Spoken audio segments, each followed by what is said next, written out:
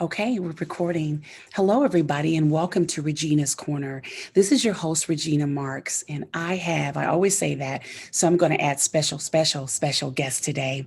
My special guest today is Erica Wilson, and she's going to be talking to us about 62 days. You're probably already wondering, what does that have to do about it?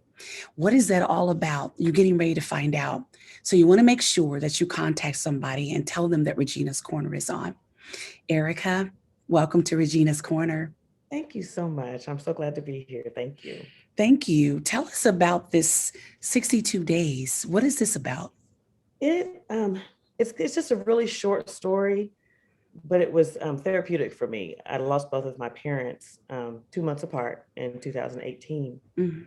and it was for me writing is therapy. And when I started to write it, I was writing it as a novel. I thought that Mhm. was going to be, the big breakout novel, but it ended up Right. being just therapeutic for me. But it kind of tells a story through flashbacks and real time about how I grew up and the relationship or lack thereof that I had with my mom. Uh, Mhm. and then we're kind of where my dad picked up the slack. And then it tells about the summer of 2018 that completely changed my world when I lost them both. Wow.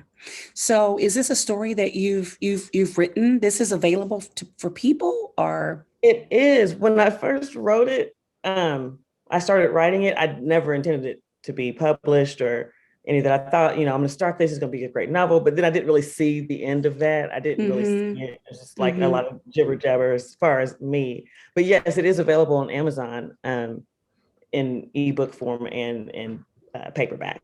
Okay. And the Um, title is 62 days. it is 62 Days by Erica D. Wow. Wilson. Wow. Okay, so tell us a little bit about this journey, a little bit about this so it can, give us an appetizer so people will go, I got to Okay, go get well, this. because it really on its own is a little appetizer. I read it today, and it's funny because I wrote it and finished it probably a year or so ago, Okay. and I don't like to go back and read what I've written once it's actually out there Right, because I right, know I'm going to see mistakes and I'm going to want to change it, and right, I'm right, just like, right, so I just avoid reading anything right, right. once I've got it done. Yeah. So I was talking to my friend Nairi today, and she goes, Erica, you should read it. Just read it. Because I mean, Mhm. people who have read it have really been moved by it. Okay. Um, Robert, my boyfriend, my perpetual fiance, we're never getting married, but we're going to be in love forever. But Okay. Okay. yeah, we're going to be forever engaged. But he took some to work, and Nairi works there. And people are reading it and they're just like, oh my gosh, I love this book. I can't put it down. Which for Wow. me, the author, I love feedback, whether it's positive or negative, but I'm just like, Hmm. oh, they're touched by it. Yeah. And I realized when I finished the book that this wasn't just for me. It was to help other people who may have had the same issues. My mom and I, we just never meshed. And I can't do fake very well. And she was okay, like faking it around people that we were best friends or something. And we really weren't. Um, Hmm. there wasn't like a mutual hatred. It was more of, I don't know, just a constant misunderstanding, I guess. I don't Hmm. know. But Hmm. she said at one point, but like from as long as I can remember, I remember talking to her about how I felt. Like I feel like you don't love me. I feel like something's wrong. And Hmm. she made a comment once that um, she goes, when I found out I was pregnant with you, I didn't want you. And maybe that's what you're feeling. And I mean, she could have been right, but I just felt like it went deeper than that. Okay. Excuse me. Oh, no, you're okay. But so I mean, it kind of starts out in a flashback of how it was with her. And I don't know if you've ever just had someone talk to you like they're just sick of you being alive. Like they just, Hmm. Hmm. everything that you say to them annoys them, Hmm. or you just feel like you're bothering them constantly. Hmm. And that was how I felt that my mom felt about me. So I Hmm. created an invisible world that I would just go to whenever I just preferred being by myself as Hmm. opposed to getting the backlash, I guess, Mm-hmm. from her. But go ahead. Oh, okay. I was just thinking that this is very good to talk about because lots of times um, children go through things with their parents, and it happens when they're children. But then as they grow up, then they never get a chance, or they don't take the opportunity to talk about it. Mhm. I've tried to be open with my kids, and then later on, I found out when maybe something happened, they they have gone back and said, this happened when I was a kid, Yes. ever. And then what I've done is I said, I'm so sorry, I'm glad that you had that conversation. So parents are listening today, and if you grew up like I grew up, so I didn't have the opportunity because you just didn't talk like that. Mhm. Whatever a parent said just went. They are the adults. So I didn't get to really do a lot of things until my mother became deathly ill, Mhm. and then she passed away. At that moment, I was able to say things, but all my life growing up, you had this um, something that didn't really mesh, Mhm. and the lack thereof. And so I'm hoping that people hearing this, life is short, Mhm. and you need to be able to have these conversations and need to be able to heal. And if you are a parent, it's very important to I'm coming from a believer standpoint. If you are a Christian, and Mhm. if you're not a Christian, whether you're Christian or not, get counseling, get help, get whatever you need, professional counseling to help to say, I don't even want to talk about this. But it's very important because Mhm. lots of times things are done and things are said that are harmful to whether either both the child and the parents. Yeah. Nobody really talks about it. And a Mhm. lot of people go on like that, and people are 50 and 60 years old, and it never got talked about. Right. So conversation is very important, that you communicate and get it cleaned out. You know what I mean? Get that closet of your relationship cleaned out. If you Mhm. need to bring somebody involved, maybe like, well, I don't want to go to counseling. Who is in your family that can actually be a mediator where no one either side will be offended, to Mhm. resolve things? Because what happens is it gets keep getting passed down, passed down, passed down, and then next thing you know, the grandchildren heard about the story, and if the parents are still living, then everybody's got this attitude going on, and nothing ever is resolved. Yeah. So this is actually a very good topic. Mhm. Erica, what happened with your parents when you said they passed away? How long Mhm. has this Mhm. been? It was in the summer of 2018. My dad passed away June 4th, and my mom passed away August 5th. Okay. And that is how the book got its name. They died 62 days apart. Wow. And I just, I was very close to my dad, which Yeah. but for those out there who don't know me, I was extremely close to my dad. He picked up the slack where my mom wasn't my mom for me, for Mm-hmm. my life. And honestly, without him, I don't know what kind of decisions I would have made for my life. Mm-hmm. But as a parent now, being on both sides of the child and the parent, Mm-hmm. I would say the most important thing that I probably even could have gotten past I won't call it neglect, but I don't know, whatever you would call that. If she had just validated what I said, if I had Mm-hmm. said, Mom, I feel this way, and she would have just said, baby, let's talk about it. Mm-hmm. But she never did. It was always, that's not what it is. That's not how it happened. And so then my feelings, now I'm crazy because I'm feeling this way and it's not being validated. Okay. So parents, listen to when your kids are telling you something, especially the hard stuff, the stuff that's hard to hear, because we're Mm-hmm. not perfect. Right. We're not, when our kids are born, they're not born with a plan and a book. And here you go, here's how you make them a successful human being. Um, Absolutely. but there was a Yeah. point where, like I said, writing has always been my outlet. And Mm-hmm. on my blog, I had written before she passed away, before she even got sick, that we hold our parents at this very high standard and we expect them to know everything. And we forget, especially for our mothers, we forget that the mothers are just women. We're just human beings. Mm-hmm. And all we can do is what we can do. Right. And, so I guess my biggest issue, because I knew that my mom was capable of loving because she loved my brother to death, and he didn't do anything to earn that extra. So yeah, it was a lot. And even when she passed, I didn't have any answers. I just had to be okay with, you'll find when you read the book that all the years that I wanted what she finally gave me the last 3 weeks of her life, it took her literally losing her mind. She had NPH. They thought she'd had a stroke at first, but it wasn't. It was NPH, which is a buildup of cerebral fluid on your brain. Everybody gets that buildup, but our brains work to get rid of it and put it back where it goes. And she had some issues on her brain, and they would not touch it. They wouldn't put the shunt. They wouldn't drain it. There was nothing they could do.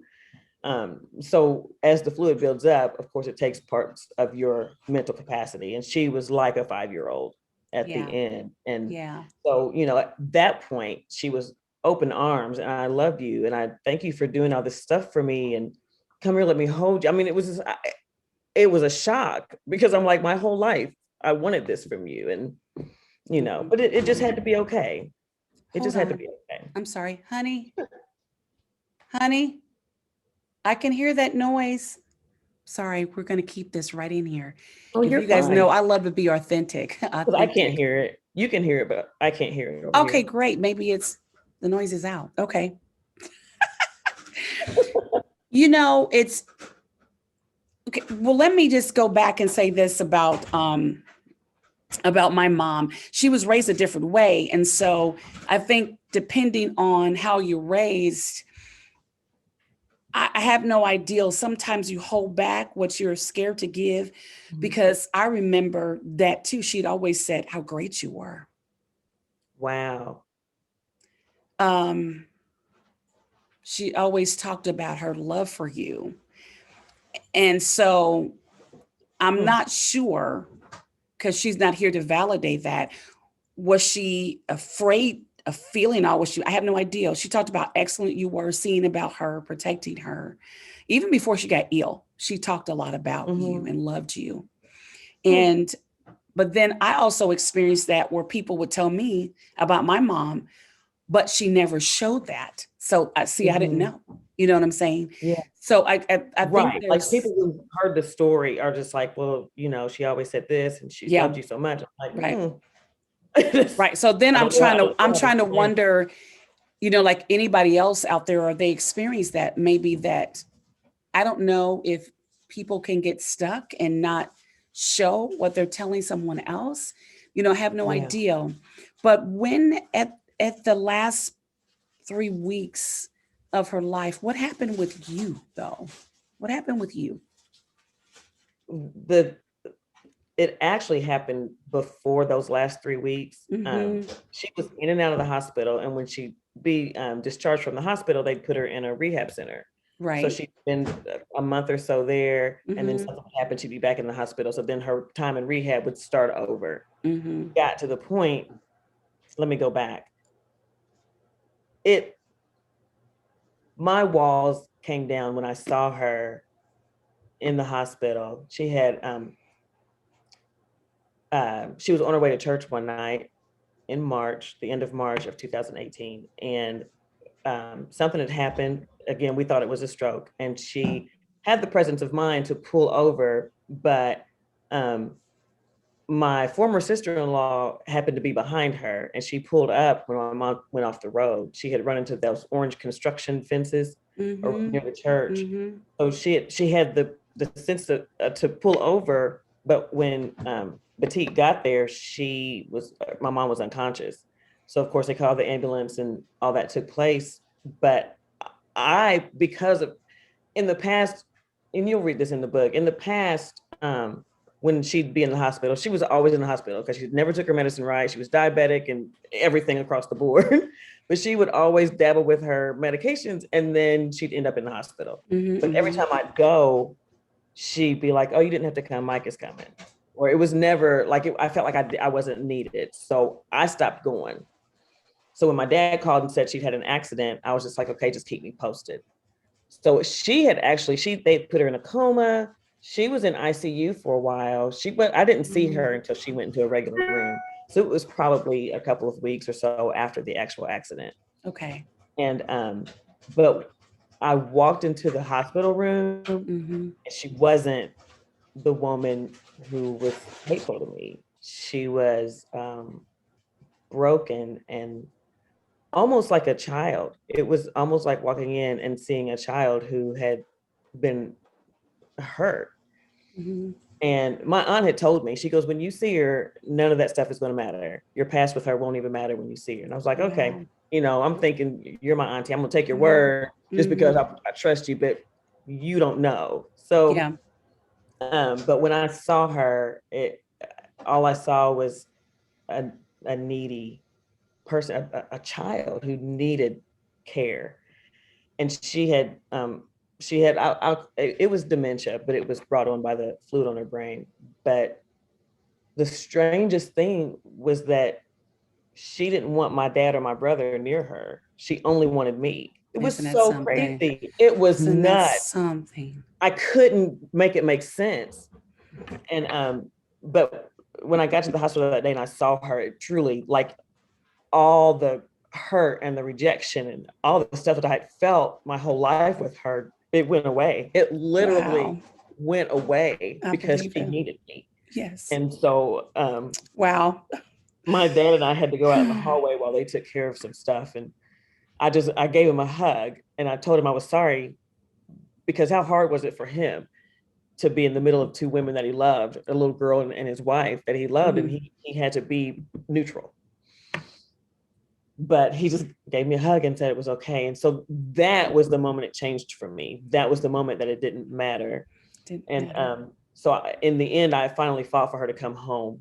And and that's where she was able to pass away in her home. But And you were with her. mhm, yeah, the last 3 weeks, I had my son who was 6 or 7 at that time, and my grandson who was an infant, and this woman who was absolutely could not take care of herself. She couldn't sit up by herself. She couldn't feed herself. She couldn't drink from a cup. She had to have a straw, which eventually turned to a sippy cup. Yeah. But it it was it was necessary, and I mean, I will be forever grateful for those weeks. We thought we would have her until Christmas, and we Mm-hmm. had her 3 weeks. And Yeah. different ones from her church would come and stay with her or spend the night and make sure she got her medicine. It was a mess because she started refusing her medicine, and she was in hospice when she was home, and they Mm-hmm. said, don't make her take her medicine if she doesn't want to, don't make her Yeah. eat if she doesn't want Yeah. to. Yeah. So but trying to get her to take medicine, we crushed it up in some applesauce, and it worked one time. And the Mm-hmm. second time we tried to do it, she was like, mm-mm. Like she knew. She was like, mm-mm. Yeah. I'm not gonna do Yeah. that, but thank you.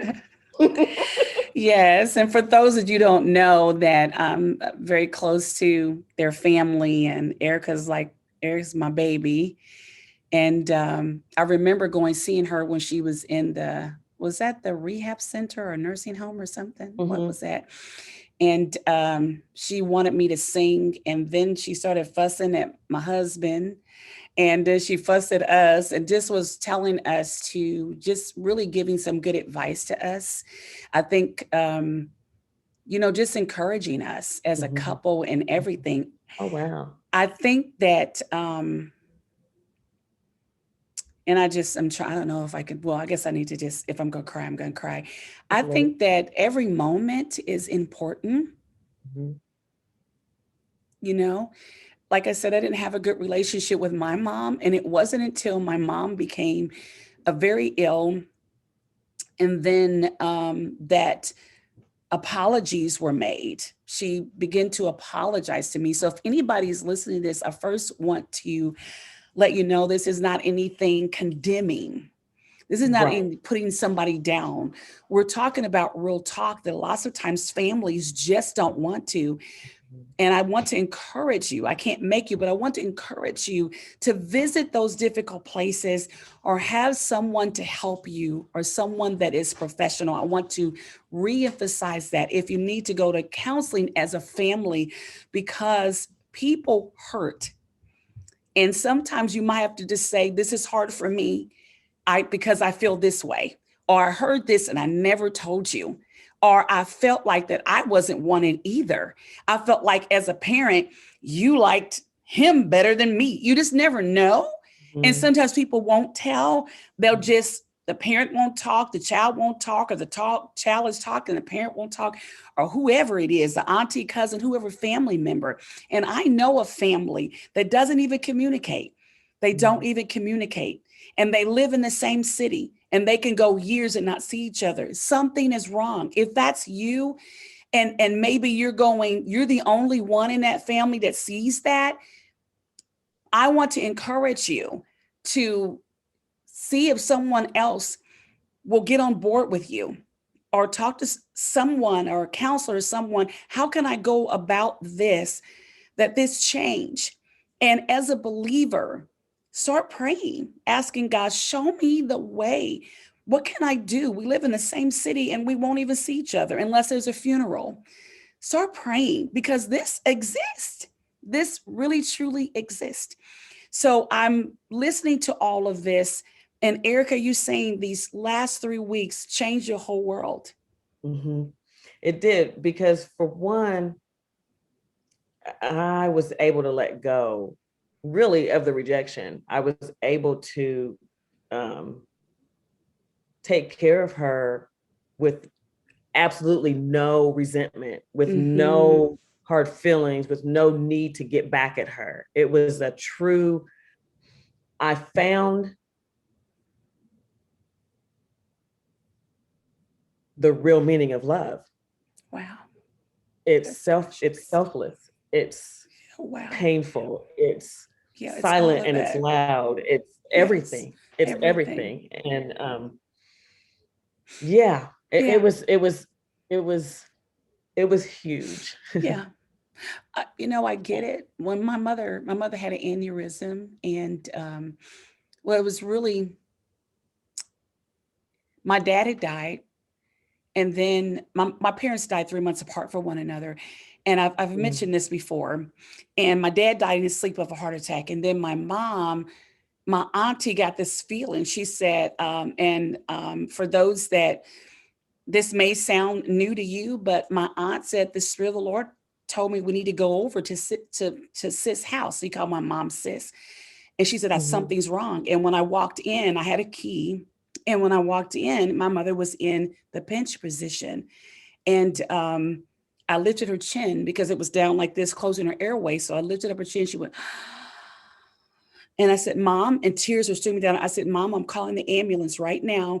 And I didn't know she quit breathing. So I was already in that mode to start CPR if needed. And so when the ambulance came, they said she's seized. And so then when we got to the hospital, the doctor brought me back and to look at the CAT scan, and blood was covered her brain. He said, who has the power of attorney? I said, I do. So I just went and talked to my mom. I just believed that God was letting her hear me. And then she was on the ventilator, like she's on a unit, ICU unit, and she was on a ventilator. And the Spirit of the Lord spoke to me and said, release her. And I'll tell you what that means. The Lord wanted me to say to my mom, I forgive you. mm, You were the best mom you knew how to be. And so I felt this connection in the spirit where it was almost like I could hear her saying, now, I know medically this shouldn't have happened, but tears streamed down my mom's eyes, even though she was brain dead. And I could hear my mom. That might sound strange to someone else, but it's so true, saying, forgive me. And then I said, forgive me. mm, And then I waited for family to discuss this before I took her off. We mhm, waited for a week so that all family can be involved with the discussion. I didn't just say I have power of attorney and do what I want to do. I thought, talk to her siblings and, family, kids, everybody. And they said she wouldn't want to live this way. mhm. And so I waited for a week and I took her off, and she only lived for some hours. Yeah. But there was a reconciliation. And I even had a dream that I couldn't have known about, because My aunt, it was when my mom and them were very little. And I saw what my mom had on and her real long pigtails. There is no picture of that. There is no natural picture of that. My auntie said you wouldn't have known that. We lived in Arkansas then. There's no way you could have known that. And I felt like that was this healing. So, Erica, if you were, I mean, you are, what else could you say to someone that's having this family conflict and nobody's talking? Oh, it's so funny. This very cliche thing just jumped into my head. And I've been seeing it a lot lately. And it's be the change you want to see, you know, Yeah. be that person. Start Wow. to reach out. Maybe there's somebody else who feels the same way. Maybe there's somebody Mhm. else that says, why don't we talk? Find out somebody besides you feels that Somebody. same way. Be the That's change you want to see. that is awesome. That is awesome. Thank you. Thank you. Thank you so much. Thank you. I'm trying to see if there's anything else that I want to say. I Absolutely. really feel like it's that the point is getting across to the importance, of working at relationships, Hmm. you know. Yeah, Yeah. even the ones that seem lost and like there's no hope, there's Wow. something will happen to fix that. And you Yeah. really just have to have faith in whatever you believe in. You have to have Yeah. Yeah. That's that true. the right situation will come along and Yeah. it will cause the healing that's needed. Yeah. Yeah. Yes. Yeah. Because I don't really know where, like a person's, you know, um, belief is. And I don't try to, I'm a Christian. I don't try to make anybody else be that. Hmm. So I just want to encourage you Hmm. to get the help that you would need. Whether it's that uncle that listens and he says, like, I see that. What can we do about this? So reach out to healthiness. There's That's also that's an awesome word. I think that's yeah, an awesome word, healthiness, because yes, you can go about trying to get something together and pointing fingers and everybody's blaming everybody. And that right. just makes fire. Fire begets Hmm. fire. Hmm. Absolutely. What There's was you a going to say? I was going to say that there's a stigma with getting professional help.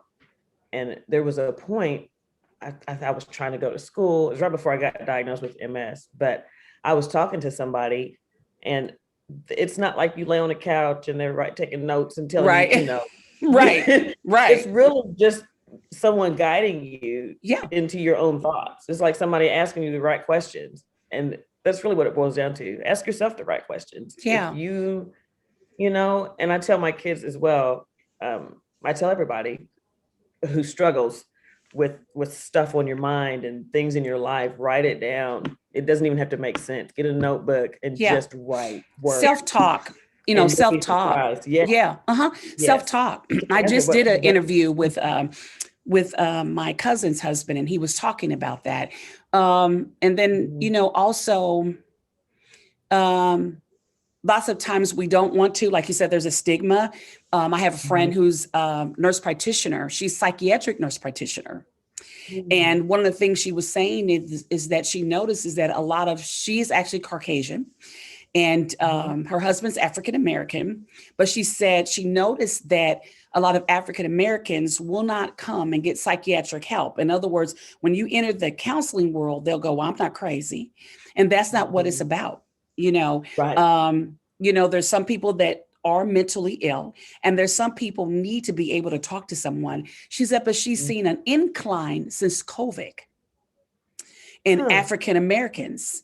Okay, my light just went out, y'all. So we got some change with some whatever, but she's seen some incline in that. And Hmm. right, because of COVID, because what happened is COVID brought on depression and Right. more depression. And then people started reaching out. And a lot of your African Americans started saying, hey, I need some help with this. Yeah. So that's what happened. So sometimes you might need to, because maybe the situation has affected you so that maybe you find yourself depressed and you might need medication. It's however that you need to get the help that you need, but it's got to be your choice and your decision to say, I need to talk to someone. Then you might be asking, why would I want to?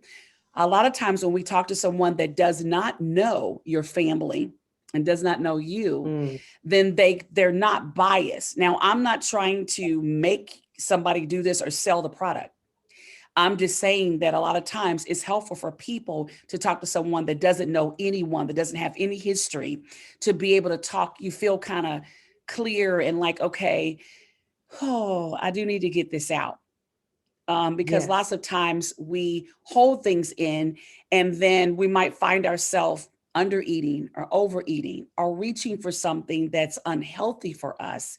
And you want to be healthy. That's why I use the word healthy, of all walks of life, of people, culture, whatever your background is.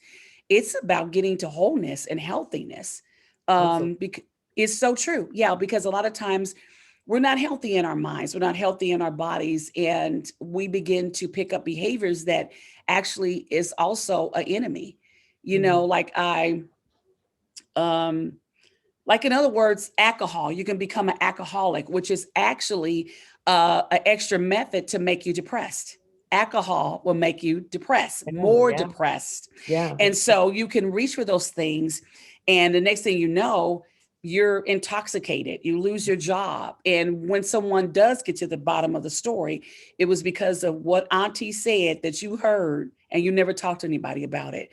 Don't do yourself like that. And if you feel like that's where you are and you're out of control, get to someone that is non-judgmental, that, or even says, well, I don't have anyone. Then get some help. There's free help out there. You might have to search for it, but there's free help to just start talking. Or I love what you said, Erica. Start writing out. Some people don't write and talk to you then, like to say, I need some help about this, and this and that, until you can get somewhere where you're like, okay, okay, I can talk to somebody, or I found out about this free place that I can go to try to get some help. Or maybe you work and you didn't know that your job has counseling, or like I don't want to be at my job. Then where would they pay for counseling to go somewhere else? Because it's beneficial. No, go ahead. Ma'am. Oh, I'm finished. Okay. I was just going to say another, because while you were talking, this thought popped into my head that a lot of times we don't realize we need help. We don't realize we're at a place that we need to talk to somebody, because it's life. It's just how it's always been. That's so true. Yeah, it's true. It can become normal. It can become normal. Yes, it's normal. So why do I need help with it? It's just life. Right. Yeah. True. So my comment with that is that you probably would have to see something else. Maybe see how other people react or interact with their family to say, or find out, I don't think anything's wrong. Well, actually, I heard someone make that comment before. Oh, wow. Yeah. I heard someone make that comment before about everything's good. Yeah. I mean, because we do it. I do it all the time. Robert's always like, how you feeling? Because he'll see me go down before I realize I'm down. And it's with the everyday life. It's the limitations of MS. It's the not having the same life I used to have. And he'll catch me on my slope. And so, like I said, you don't realize it until somebody maybe points it out. Or you see something on TV that's like, hey, I do that. And that's right. Okay. Absolutely. Absolutely. And sometimes you do need that spotlight, and we have to be open to that. Yeah. Yeah. I agree. We have to be open to say, okay, and ask questions. So I think it's normal. Well, you don't think it's normal? And allow that person say, no, it's not. Right. Well, then show me. Well, why come? And it's okay. That's why you need friends that you can just be real with. Like, what you talking about? Yes. And say, consider it. Think about it. You know, it's okay to think about it. Nobody's saying you got to do anything, Right. but think about it to say, wow, is it? Do some research, learn to check it out Yeah. to see if it's not. Don't just sit there and go, this is okay. Do some research and find out, is it okay? And question yourself, are you healthy? Are you healthy? It isn't really. Google it. Google a checklist and check it Yeah, out. absolutely. Absolutely. Absolutely, y'all. I'm sorry my other light went out, but I'm not going to plug it back up. So I had this little cube thing, with some extra lighting, but it's all good. Yeah. Erica, it's been really good.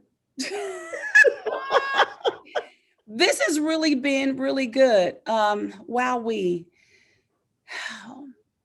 just sitting here thinking, because I actually have a burden for families. I mean, I do. Yeah. I really do. Because especially you hear about, people going through things and they don't have to be really in your circle. Like somebody was sharing something with me. They don't go to my church. They don't work on my job. They're not any kin to me, but they was sharing something about family. And I went, oh, my heart just went to the floor. And so I've started incorporating praying for them, because it's really something. Across the street, a family disrupted, and I don't mean like the family got a divorce. They talked to us, and this has been years ago because someone else lives in the house now. But that whole house changed. The outside of the house, it looked different. Wow. It did. It's like the personality of that house changed. It's really huge that families talk.